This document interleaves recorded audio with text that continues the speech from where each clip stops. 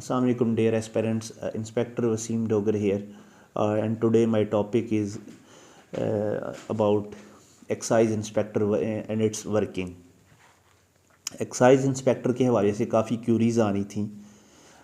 एक तो इसकी जो पोस्ट थी वो आई थी पहले, लेकिन उसके बाद जो है वो अपकमिंग से भी रिमूव हो गई थी, लेकिन अब भी अपकमिंग में आने वाली हैं ये पोस्ट, क्योंकि ये जो है डिपार्टमेंट ने पीपीएससी को रिक्विजिशन इसकी भेज दी है। एक्साइज इंस्पेक्टर बेसिकली इसका पूरा नाम एक्साइज एंड टैक्सेशन इंस्पेक्टर इसे कहते हैं, क्योंकि ये टैक्सेशन के जो ज़्यादातर मामलात हैं उनको डील करते हैं।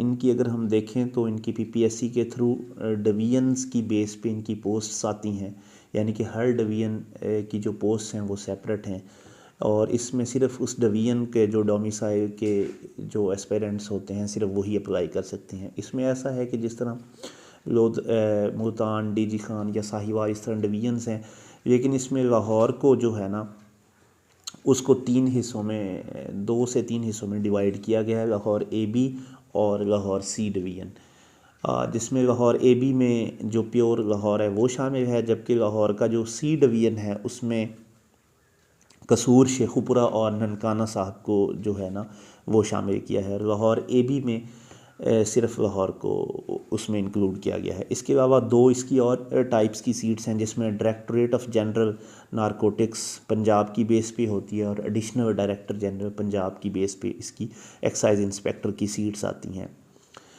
इसमें अगर कोटाज़ की बात की जाए तो कौन कौन से कोटाज़ होते हैं, इसमें विमेन का कोटा भी है 15%, स्पेशल पर्सनस का भी कोटा है, और इसके अलावा मिनॉरिटीज़ के भी कोटे हैं। तो स्पेशल पर्सनस और जो मिनॉरिटीज़ और वीमेन हैं इसमें अप्लाई कर सकते हैं। अगर क्वालिफ़िकेशन की बात करें तो सिंपल BA या BSc 14 ईयर्स ऑफ एजुकेशन चाहिए इसमें अप्लाई के लिए। 16 ईयर कुछ लोग कह रहे थे कि 16 ईयर इसमें रिक्वायर्ड नहीं है, सिर्फ 14 ईयर्स, आइदर वो BA हो या BSc हो आपकी।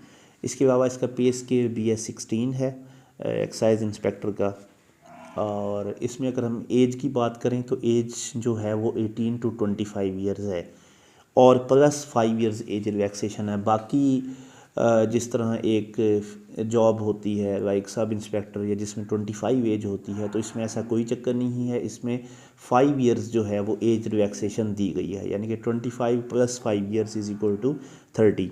और फीमेल के लिए 3 ईयर्स अपर एज में मज़ीद रिलैक्सेशन है, यानी कि 25 प्लस फीमेल के लिए 8 ईयर्स की एज रिलैक्सेशन है, और फीमेल के लिए 33 ईयर्स ऑफ एज रिलैक्सेशन है।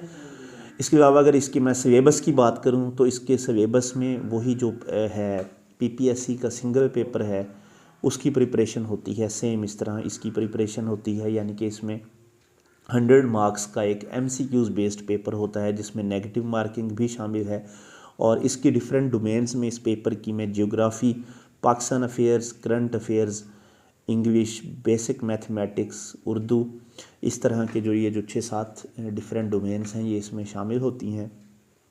तैयारी के हवाले से जो मेरी इससे पहले सिंगल पेपर की मैंने एक वीडियो बनाई हुई है, वो सिंगल पेपर की जो वीडियो है सेम एक्साइज इंस्पेक्टर की तैयारी का वही तरीक़ाकार है जो कि इस सिंगल पेपर की वीडियो मैंने बताया हुआ है। वो सिंगल पेपर की वीडियो भी मैं आपको डिस्क्रिप्शन बॉक्स है उसमें उसका जो लिंक है वो दे दूंगा। इसके अलावा जो एक्साइज इंस्पेक्टर की अगर वर्किंग की बात करें तो वर्किंग की इनकी 1914 यानी कि 1914 का एक्ट है, एक्साइज का एक्ट, उसके मुताबिक इनकी ज़्यादातर वर्किंग होती है, जिनमें एक्साइज ड्यूटी हो गई, इसके अलावा प्रॉपर्टी टैक्स के मामलात हो गए, और लिक्वर यानी कि जो अल्कोहल से रिलेटेड चीज़ें होती हैं वो इनके डिपार्टमेंट जो है वो डील करता है।